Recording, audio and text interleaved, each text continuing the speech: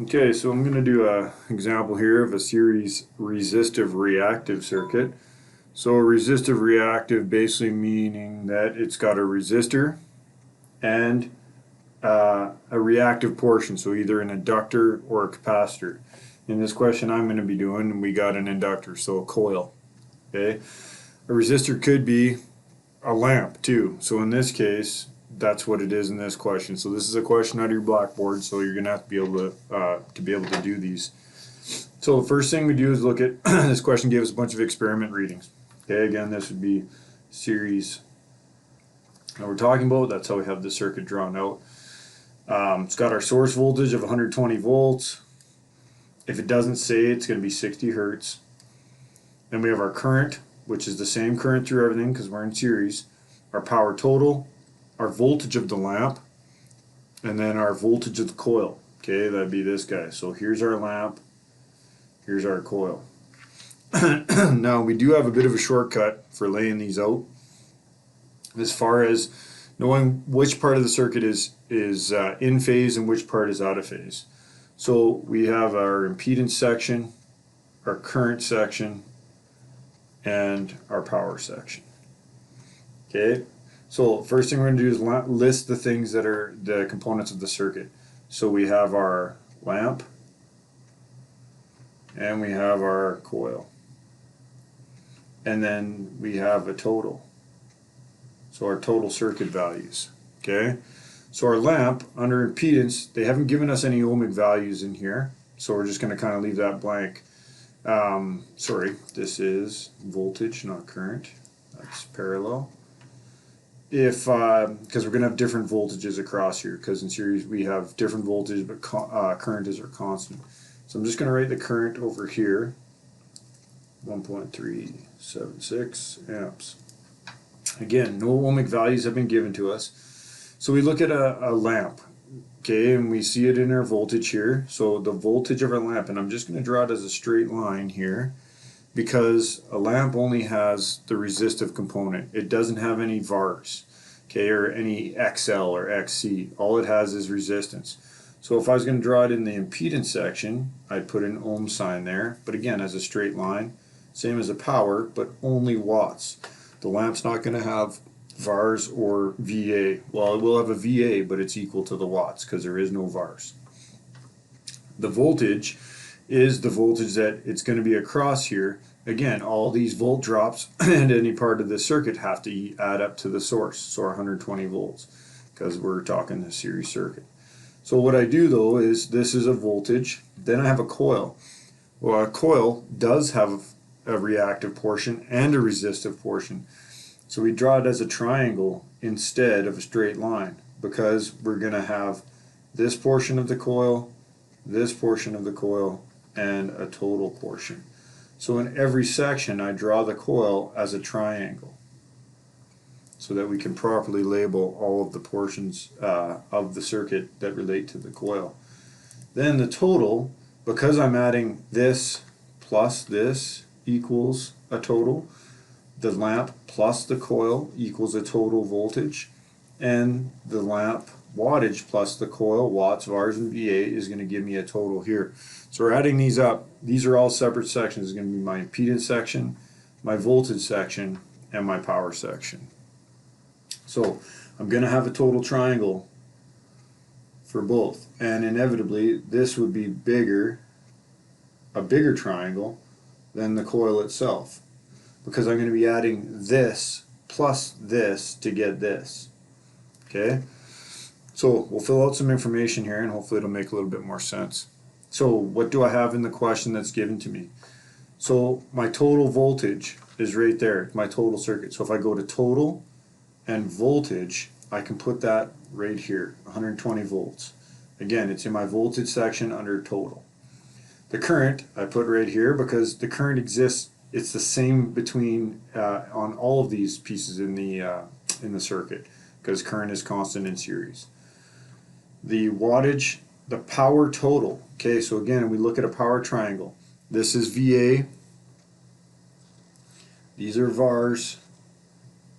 These are watts. Okay, so when it says power total, that's watts. So I'm going to my total section and down to my power line and put my total here. So the power total here is 51.104 watts. Okay, then the V of the lamp, so voltage section of the lamp right here is going to go 30.267 volts. And then the voltage of the coil. So if it just says the voltage of the coil, it's like we're putting leads right across the coil and we're reading the full voltage of the coil. So that's going to go in the hypotenuse here. So that's 114.313 volts. Okay, so we do have a volt drop across the reactive portion and the resistive portion of the coil too. Okay, and we'll get into that after. So we filled out all the information. What the question asks, it could ask you for anything. Okay, I'm gonna basically fill this whole thing out. So we're gonna fill in everything. But it could ask you what's the resistance of the lamp. Okay, it could ask you what is the VARs of the coil. That would be right here. If it asked you for the VARs of the circuit, that's over here. If it asked you for the VA of the coil, that's here. If it wants to know the wattage of the coil, that's it right here. Okay, the wattage of the lamp is right here. Total wattage is right here. Okay, so the terminology is going to be probably the harder thing than the actual math. So what we can use the current for is if we use Ohm's law, we know that if we are looking for the impedance and I have my current and my voltage, I can find my ohmic value here for this lamp. Okay, I can just use current. Same way I can do that with any section. Current's going to allow me to move between these levels. Okay, I can use current as a multiplier or again a divider, depending. What we're basically doing is taking a shortcut here using Ohm's law, which is that E is equal to I times Z, and the power law, which is P is equal to I times R, or again Z depending, P is equal to I times E. So we're using that volt drop or that current. So we multiply these volt drops by current, we can get these values. So if I wanted to know what the wattage of the coil is, I'm just going to say 30.267 times my current of 1.376, and I can find this value right here. So I'm just going to multiply by my current. So if I go 30.267 times 1.376, I get 41.647 watts. Okay, so that's the wattage of the coil. Now, if I wanted to know the wattage of the lamp. If I wanted to know the wattage of the coil, I can take this wattage minus the total wattage, and I'd have the wattage of the coil, because this plus this equals this. And again, they're on the same plane, so they're in phase with each other, so we can just add those straight up. Okay, so if I did that and take 51.104 minus 41.647, I get 9.457 watts for my coil. So again, this plus this equals this. So this is my wattage of the coil. So if the question said, what's the wattage of the coil? That's the answer right there. Okay? But I'm going to fill out all these values so that we have an understanding of how to get them all. Now again, anything that I have, piece of information I have up in this level, to move down to this level, all I got to do is use the current to do that. Or I can go from here up in the same way. I'm just going to divide instead of multiply. So if I wanted to know what the volt drop here is of the coil, I know the wattage of the coil. I can rearrange this formula to solve for E, and it's P divided by I. So if I go 9.457 divided by 1.376, which is the current, I get my volt drop here of 6.873 volts. Okay, so that's my voltage across the resistive portion of the coil. Here's my total coil voltage. Here's the volt drop across the resistive portion. if I wanted to know what the volt drop is on the reactive portion, I can use Pythagorean theorem to solve for that. Okay, so I could take 114.313 squared minus, because I'm rearranging that formula, 6.873 squared, and then take the root of that. I get 114.106 volts. 106 volts. Okay, again, these values are very close. I didn't really draw this triangle scale. What this triangle really should look like is a very small resistive portion and an XL, or a voltage drop across my reactive portion, and my total voltage that are very similar.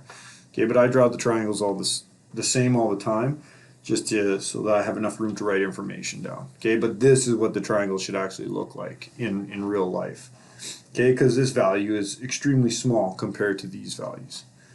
So, but I fill out all the information for the volt drops across the coil.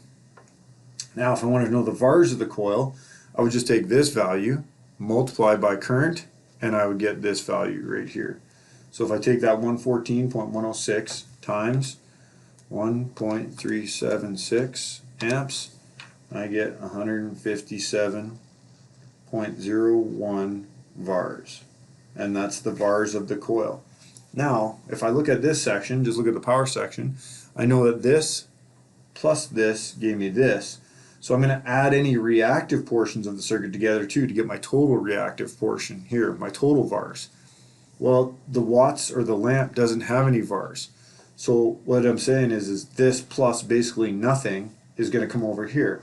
So I have the same total vars as the vars of the coil, because the coil is the only reactive portion in the circuit. So I can bring those right over here to the total.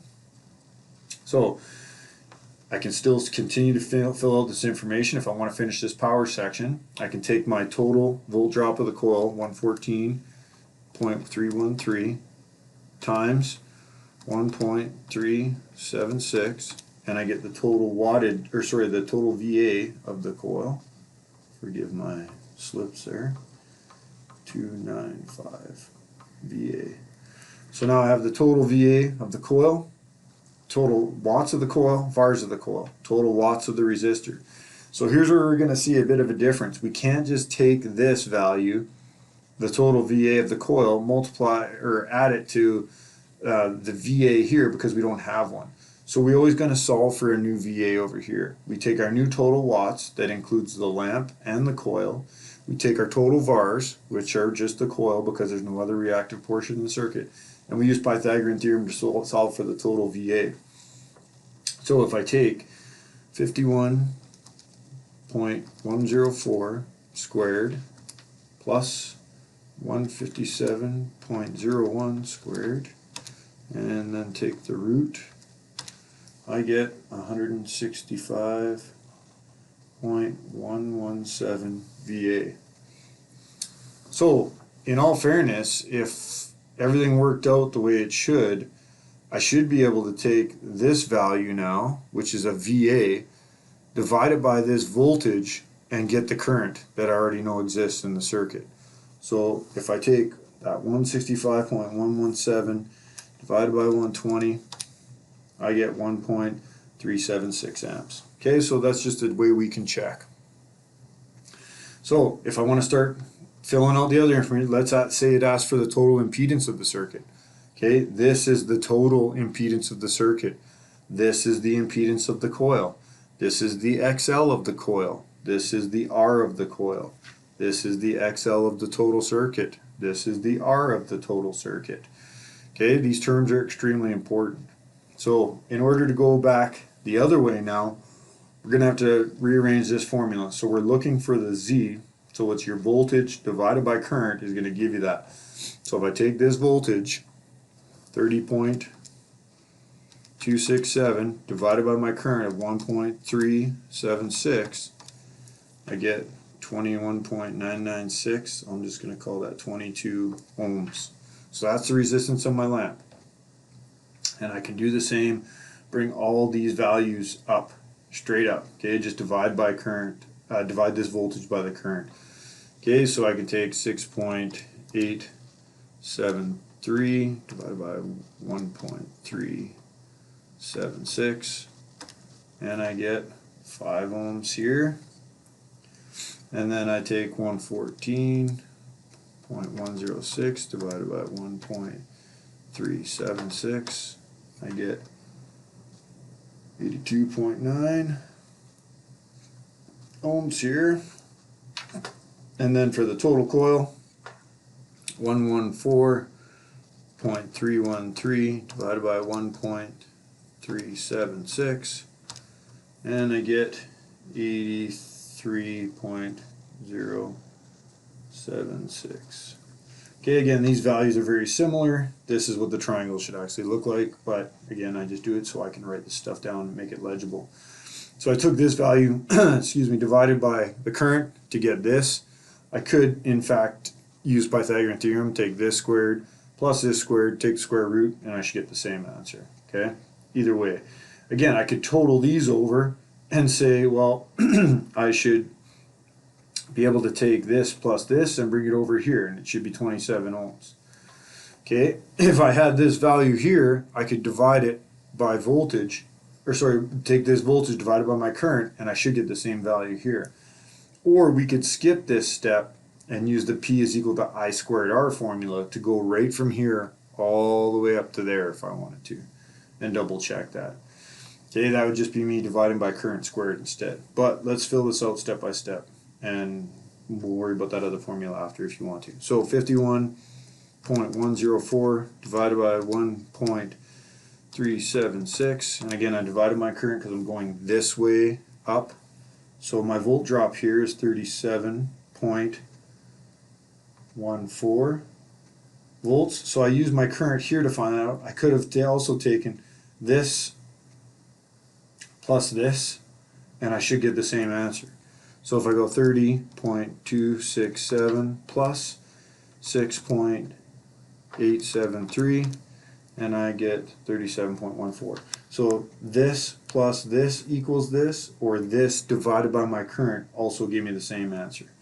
Now if I take this value here, I should be able to divide that by my current and get the 27. So I go 37.14 divided by 1.376, and I get 26.99, which is 27. So you can use the current to go through, or you can add this way. It just depends on what information you have in the question. Okay, so I can solve for my total volt drop across the reactive portion, again taking this value divided by current.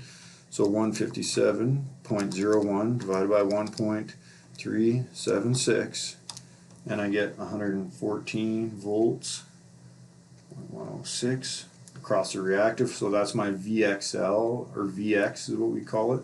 This would be VR, and this is V total.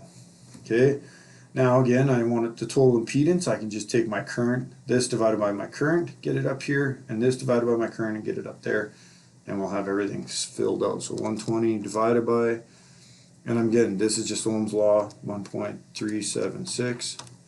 I get 87.209, and then 114.106 divided by